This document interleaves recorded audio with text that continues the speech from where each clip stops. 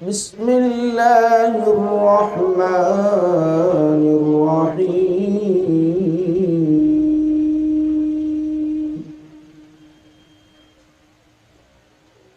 نحن اولیاؤکم فی الحیاة الدنیا وفی الآخرہ وَلَكُمْ فِيهَا مَا تَشْتَهِي أَنفُسُكُمْ وَلَكُمْ فِيهَا مَا تَدَّعُونَ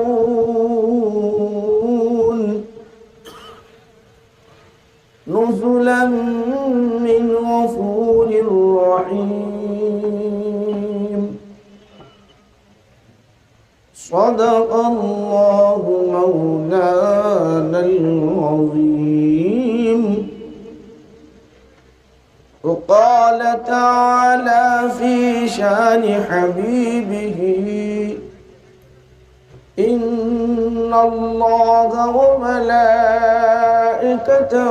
یصلون علی النبی یا أيها الذين آمنوا صلوا عليه وسلموا تسليما اللهم صل على سيدنا محمد وعلى آله وصحبه أفضل صلواتك وعدد معلوماتك وبارك وسلم شہ نشین پر تشریف فرما صدر محفل فضیلت الشیخ تقدس مآب پیر طریقت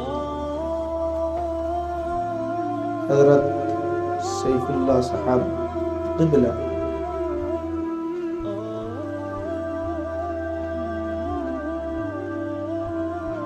مدد اللہ العالی بزرگان ملت معزز سامعین حاضرین و ناظرین و شاہدین و جالسین آج ہم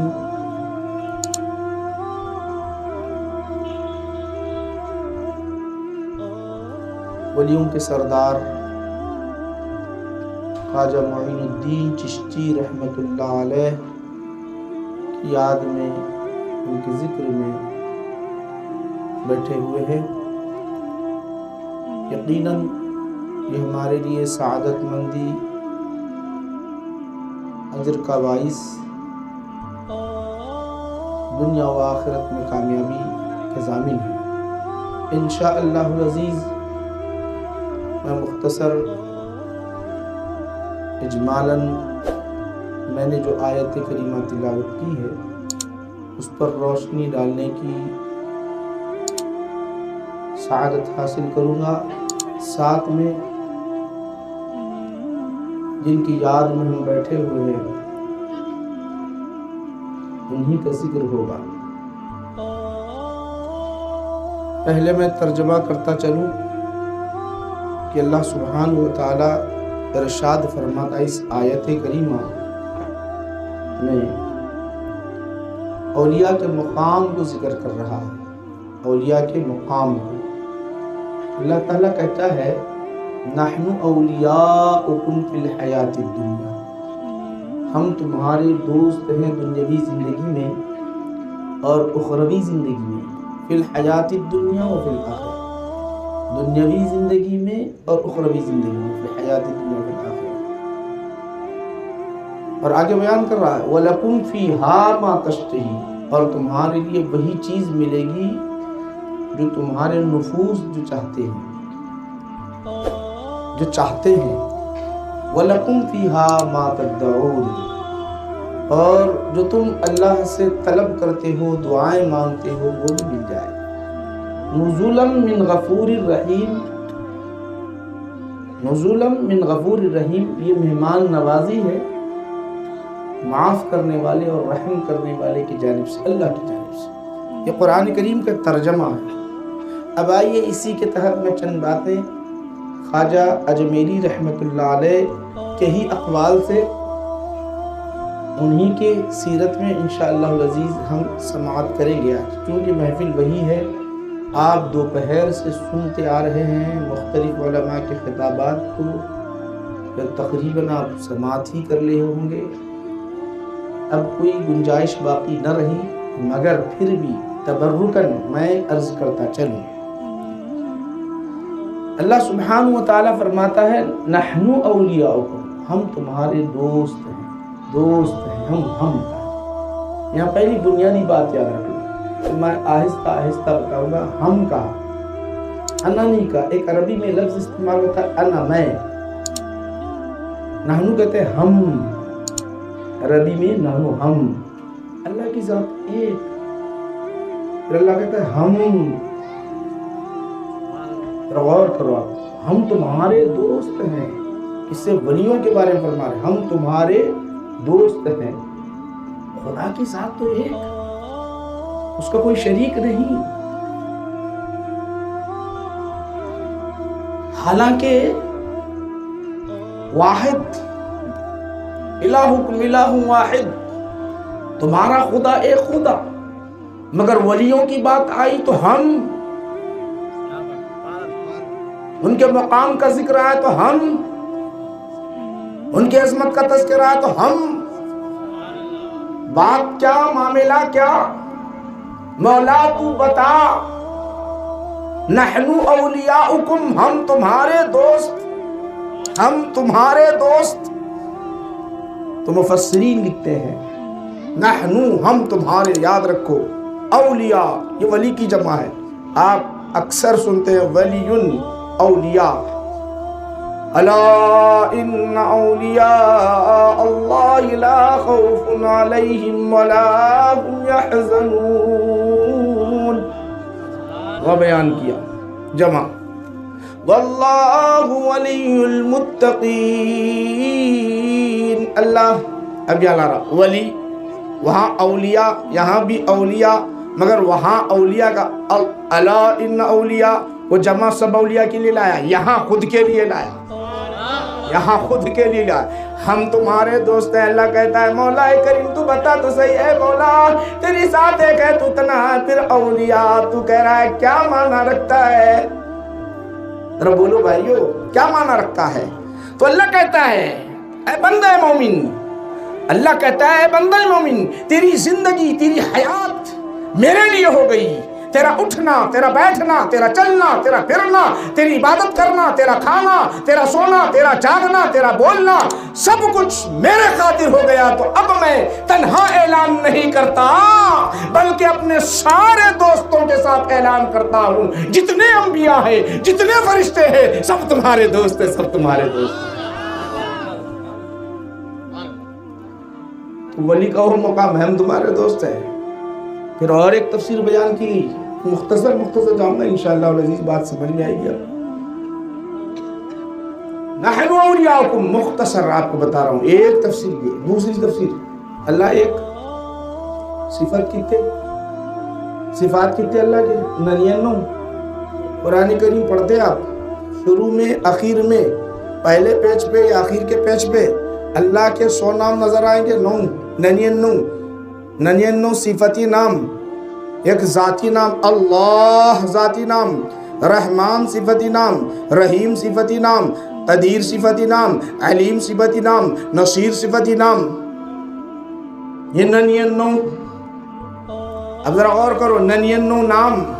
اللہ کہتا ہے، پروردگار عالم کہتا ہے اے بندے تیری زندگی میرے خاطر ہو گئی تو سن لے، ذات میری اکیلی ہے، میں یکتا ہوں، مجھ میں کوئی شریک نہیں، میرا جیسا کوئی نہیں ہے، میرا ہم مثل کوئی نہیں ہے، مگر سن لے میرے 99 صفات ہیں۔ میں اپنا اعلان کرتا ہوں اپنے نام کے ساتھ اور اپنے سارے صفات کے ساتھ، ہم سب مل کر یعنی صفات کے ساتھ اعلان کرتے ہیں کہ تمہارے دوست ہیں۔ مطلب کیا ہوا؟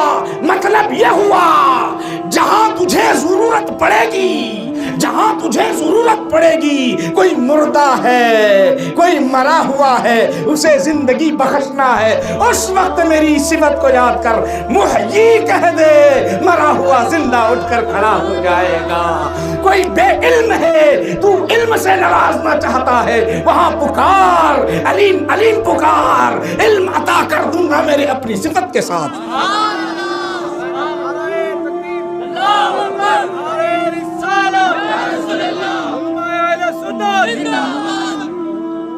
بات آپ کو سمجھ میں آ رہی بھائی؟ آگے بڑھیں۔ ولی کے معنی کتنے لوگوں سے سنو؟ ولی اولیاء۔ جب آگے بڑھیں گے، اپن آگے بڑھتے رہیں گے تھوڑا تھوڑا مختصر، کیونکہ آپ کو دوسرے مشاغل ہیں دیگر اور صبح سے بیٹھے ہوئے، دوپہر سے بیٹھے ہیں، مختصر آپ ولی بولے تو شروع سے سنتے آ رہے ہیں۔ ولی کس کو بولتے ہیں؟ کئی تعریف۔ ولی کے معنی مدد کرنا، ولی کے معنی دوست، پہچاننا کیسا ولی ہیں نہیں ولی ہیں، تو مل صاحبہ بولتے جس کے چہرے کو دیکھو تو اللہ یاد آ جائے۔ سنے نہیں وہ کون؟ یہ جو بولتے کون؟ حدیث سے بولتے ہیں جن کے چہرے کو دیکھو تو اللہ یاد آ جائے۔ ولی کب بنتا؟ عارف ہو تو ولی بنتا۔ عارف باللہ منازل طے کرتے رہنا، پھر ولی چہرے پر پہلے ادھر نکھار پیدا کرنا، قلب روشن کرنا، دل روشن کرنا، پھر وہ چمک جو قلب کی چمک چہرے پہ نظر آنے لگتی ہے، جب چہرے پہ نظر آنے لگتی ہے تو دیکھتے ہی کہتا ہے، بندہ مومن کہتا ہے یہ حقیقت میں چہرہ ولی کا چہرہ ہے، یہ حقیقت میں چہرہ ولی کا چہرہ ہے۔ خود بخود بول اٹھا ہے، کیوں؟ عرفان ملا۔ کس کا عرفان ملا؟ خدا کا عرفان ملا۔ خدا کا جب عرفان ملا، اندر نور داخل ہوا، چہرہ چمک اٹھا، چہرہ چمک اٹھا تو بندہ بول اٹھا، یہ لائٹ روشن ہے، یہ لائٹ روشن ہے۔ بٹن آن ہے یا آف ہے؟ اگر بند ہے بٹن تو کہے گا چہرہ جو ہے بے رونق ہے، بٹن چالو ہے تو کہے گا روشنی ہے۔ اسی طرح ولی کو دیکھ کر کہے گا یہ اللہ والا ہے۔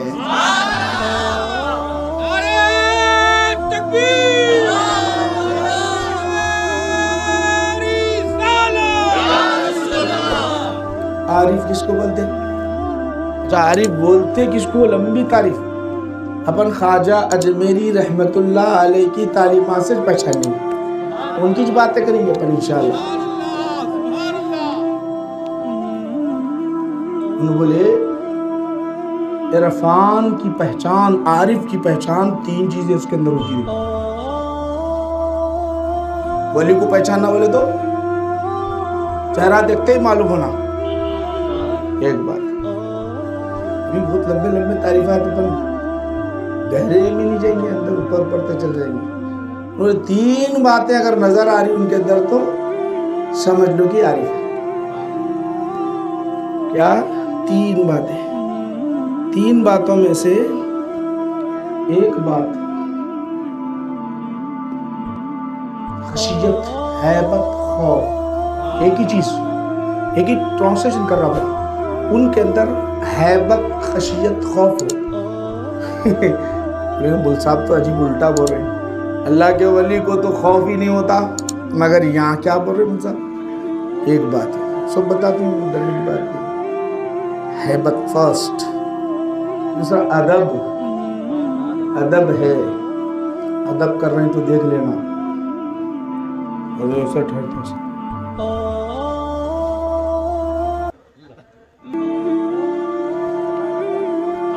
سمجھ میں آئی بات؟ آپ ادب بولے تو آپ سمجھ میں آ گیا ہوں آپ۔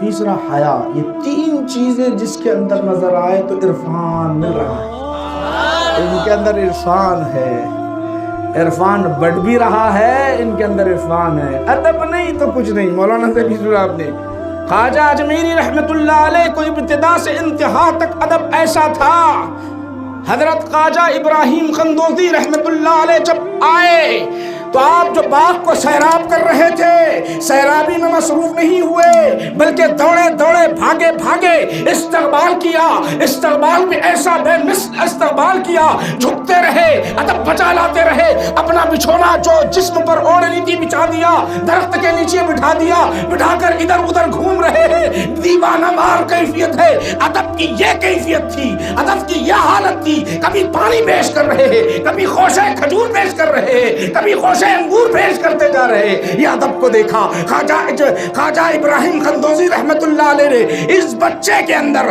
اس نوجوان کے اندر، ابھی بلوغیت کی عمر کو نہیں پہنچے، 14-15 برس کی عمر ہے، یہ ادب کو دیکھ کر کہا بیٹا آج تو پروان چڑھنے کا دن ہے، آج پروان چڑھنے کا دن ہے۔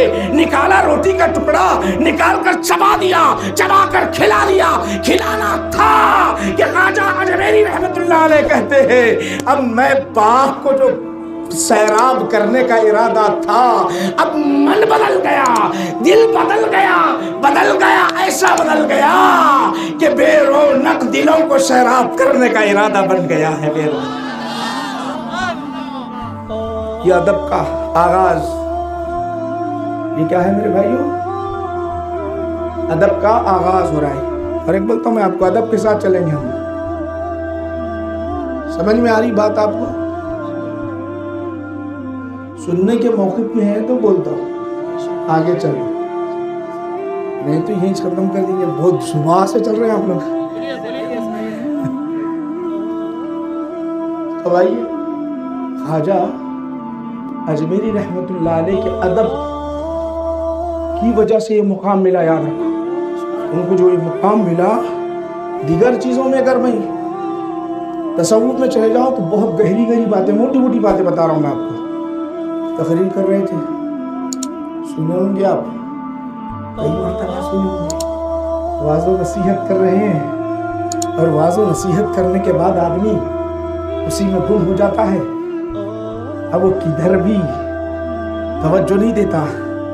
اور خواجہ اجمیری رحمت اللہ علیہ کے تعلیمات کا معاملہ ہے، تعلیمات، یہ علم کے سمندر لٹائے جا رہے ہیں، تقریر کر رہے ہیں، واعظ و نصیحت میں مصروف ہے، قرآن و احادیث شریفہ کی باتیں ہو رہی ہے، تصوف کی باتیں ہو رہی ہے، سب مجموعہ بیٹھا ہوا ہے، سارا کا سارا مجموعہ بیٹھا ہوا ہے، دور دور تک لوگ بیٹھے ہوئے ہیں،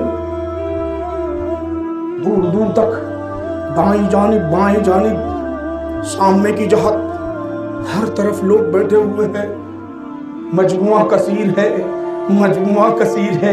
ایسے مجموعے میں کبھی ادھر دیکھتے ہیں کسی مرید کو سمجھانے کے لیے، ادھر دیکھتے ہیں، کبھی ادھر دیکھتے ہیں، کبھی ادھر دیکھتے ہیں۔ یہ اولیاء کی شان یہ ہوتی ہے کہ میرا ہر مرید راضی ہو جائے، دولت مند راضی نہ ہو اور کوئی نہ راضی ہو، صرف اور صرف ان کی نگاہ ہوتی ہے ہر ایک مرید پر، دولت مند والوں پر نہیں، مال و دولت رکھنے والوں پر نہیں، جاہ و منصب پر نہیں، بلکہ ہر سمت ہوتی ہے، ہر سمت جو ہے علم بٹ رہا ہے، عرفان بٹ رہا ہے، دولت بٹ رہی ہے، سب کچھ بٹتا جا رہا ہے۔ کبھی ادھر دیکھتے ہیں، کبھی ادھر دیکھتے ہیں، مصروف ہیں۔ اچانک کبھی سیدھے جانب خیال آتا ہے، ادھر کے لوگوں کو بانٹنے کا معاملہ آتا ہے تو اٹھ کر کھڑے ہو جاتے ہیں، کبھی ادھر کھڑے ہو جاتے ہیں۔ جب چہرہ ادھر پلٹتا ہے، سمت سیدھی جانب سے پلٹتا ہے تو اٹھ کر کھڑے ہو جاتے ہیں۔ سارا واعظ و نصیحت، ساری اچھی اچھی باتیں ختم ہو گئی۔ کسی ایک غلام نے عرض کیا، حضور والا آپ بتائیے تو صحیح، سامنے بھی دیکھتے تھے،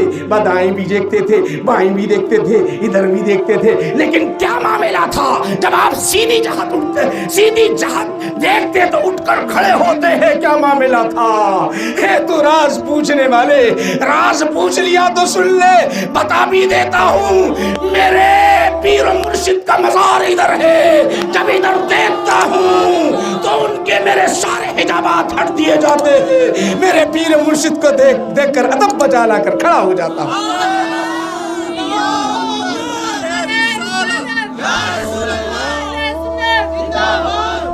ارے انہیں کیا معلوم خبر والوں کی کیفیت کیا معلوم ہے، انہیں کیا معلوم ہے، خزانے جو بڑھتے ہیں انہیں کیا معلوم۔ تو یہ ادب کیا بتایا میں آپ کو؟ ادب جن کے اندر ہے عرفان، ادب جتنا آپ جو ہے کرتے رہیں گے اپنے پیر مرشد کا، بڑوں کا، علماء کا، حفاظ کا، ائمہ کا، ماں باپ کا، تو آپ کو اتنا ہی فیض ملے گا؟ نہیں، ماں باپ کا ادب نہیں کر رہے آپ، بڑوں کا ادب نہیں کر رہے ہیں، ایک کو چھوڑ ایک کو پکڑ لے، ایسا نہیں، سب کو پکڑنا پڑے گا۔ ماں باپ کا ادب لازم، بڑوں کا ادب لازم۔ نہیں پڑھے بچپن سے، پڑھے نہیں پڑھے، حدیث شریفہ مختصر بڑوں کا ادب کرو، بڑوں کا ادب، ماں باپ کا ادب، علماء کا ادب، حفاظ کا ادب، ائمہ کا ادب، مرشدین کا ادب، یاد رکھو اس کے اندر کوئی کوتاہی اور کمی نہیں ہونا چاہیے، تو آپ کو فیض ملتا ہے۔ اب آگے آئیے، ایک ادب عرفان کی دوسری صورت آپ نے کیا بتائی؟ ہیبت، خوف، یہ بتایا نا میں، ان کا خوف، ان کی ہیبت، ان کی خشیت کسی سے نہیں ہوتی، نہ کسی بادشاہ سے ڈرتے ہیں، نہ کسی پہلوان سے ڈرتے ہیں، نہ کسی دشمن سے ڈرتے ہیں، نہ کسی طاقتور سے ڈرتے ہیں، نہ کسی مال و دولت والے سے ڈرتے ہیں، کسی جاہ و منصب سے ڈرتے ہیں۔ ڈرتے ہیں تو ایک ذات، خدا کی ذات سے ڈرتے ہیں، باقی کسی سے نہیں ڈرتے وہ لوگ۔ اس کا مطلب یہ ہوتا ہے، اس کا مطلب کیا ہوتا ہے؟ ایک ادب ایک الگ چیز ہے، ڈرنا ایک الگ چیز ہے۔ خواجہ اجمیری رحمت اللہ علیہ کے اندر خوف جو تھا، میں اس سے پہلے سمجھانے کے لیے آپ کو ایک بات بتاتا چلوں، نوجوان بھی ہے، بچے بھی ہیں، بزرگ بھی ہیں۔ خوف الہی انبیاء کی سنت ہے، انبیاء کی عادت ہے، انبیاء کا طریقہ ہے۔ حضرت یحییٰ علیہ السلام 7 یا 9 برس کے ہیں، ننھے ہیں، چھوٹے ہیں، ننھے چھوٹے، پہاڑوں میں جاتے خوف الہی کے لیے۔ گھر میں اگر روؤں تو لوگوں کو ڈسٹرب ہو جائے گا، لوگ گھبرا جائیں گے، لوگ ڈر جائیں گے۔ یہ کیفیت ہوتی جنگل میں جاتے، بیابان جنگل میں جاتے، رب کا جو خوف آپ پر طاری ہوتا، گریہ طاری کرتے۔ آپ کے واقعات نہیں آتا ہے کہ حضرت یحییٰ علیہ السلام جب گئے، ماں تلاش میں نکلی، بچہ ابھی تک نہیں آیا، بچہ ابھی گھر نہیں لوٹا۔ حضرت یحییٰ علیہ السلام رب کو منانے کے لیے خوف الہی آپ پر ایسا چھایا ہوا ہے۔ جب آپ کی والدہ محترمہ کی آہٹ، خدموں کی آہٹ آپ سننے لگے، آواز دی بیٹا، آواز دی، کیا کہا بیٹا؟ تیری عمر کیا ہے؟ تو نے گناہ کیا کیے ہیں؟ ذرا اپنے آپ کو قابو میں بھی رکھ، کہیں ایسا نہ ہو کہ روح پرواز کر جائے۔ ماں کی ممتا ادھر پکار پکار کر کہہ رہی ہے، بیٹا روتے کیوں ہو؟ اتنا خوف کیوں طاری ہے؟ ذرا رک جا، ذرا تھم جا۔ وہ کیفیت کیا تھی؟ ماں ہی جانے، بیٹا ہی جانے، اللہ ہی جانے۔ حضرت یحییٰ علیہ السلام رو رہے ہیں، کیفیت یہ ہے، حضرت یحییٰ علیہ السلام اللہ کی طرف رجوع ہے، خوف الہی طاری ہے، خشیت الہی طاری ہے، خشیت الہی طاری ہے۔ ادھر آنکھوں سے آنسو بہ رہے ہیں، آنکھوں سے آنسو، جب آنکھوں سے آنسو سب سمندر بہ رہا ہے تو ہوتا کیا ہے؟ ماں کہتی ہے تھم جا، اس کہہ رہے ہیں اے ملک الموت ذرا رک جا، ذرا رک جا، ذرا رک جا۔ ماں کے آواز کو نہیں پہچان سکے، رب کے یاد میں گم ہے، خوف الہی میں گم ہے۔ ملک الموت ذرا ٹھہر جا، ابھی میری روح قبض نہ کرنا، ابھی میری روح قبض نہ کرنا، رب کو ذرا مجھے منانے دے، ذرا منا لوں پھر روح قبض کرنا۔ یہ کیفیت حضرت یحییٰ، انبیاء کا طریقہ، انبیاء کا شیوا یہ ہوتا ہے، روتے ہیں، رب کو مناتے ہیں۔ خواجہ بختیار قاضی رحمت اللہ علیہ فرماتے ہیں، میں کئی برس تک میرے پیر مرشد کے ساتھ رہا، سنگت نصیب ہوئی، کبھی جلالی کیفیت کو میں نے دیکھا، کبھی جمالی کیفیت کو دیکھا۔ جب جلالی کیفیت آ جاتی کسی چیز پر، اگر وہ نگاہ ڈالتے تو وہ چیز روشن ہو جاتی۔ وہ خواجہ اجمیری کی کیفیت تھی، اور ان کے خشیت الہی کا حال یہ تھا